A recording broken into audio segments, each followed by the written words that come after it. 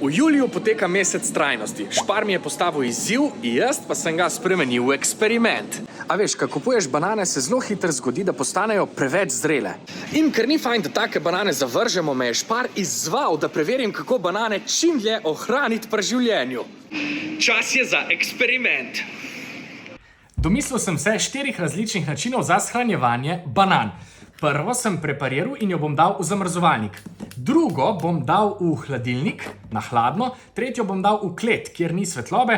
Četrto pa na njeno običajno mesto, v košaro, na pult. Kaj mislite, katera bo najboljša po 4 dneh? Bomo videli. Minili so 4 dnevi, jaz sem vzgojil gosto brado, kako pa je šlo bananam. Gremo pogledat. Ej, vse banane so po 4 dneh še kako užitne in sploh ne tako zelo zrele. Mogoče je taka je bila samo v košari za sadje na zunaj najbolj rjava, ampak noter je še čist huda. Jaz pa za poletje preferiram tele narezane banane v zamrzovalniku, ki so najbolj zabavno presenečenje tega eksperimenta. Ful so osvežilne, hladne in skoraj kot en sladoled.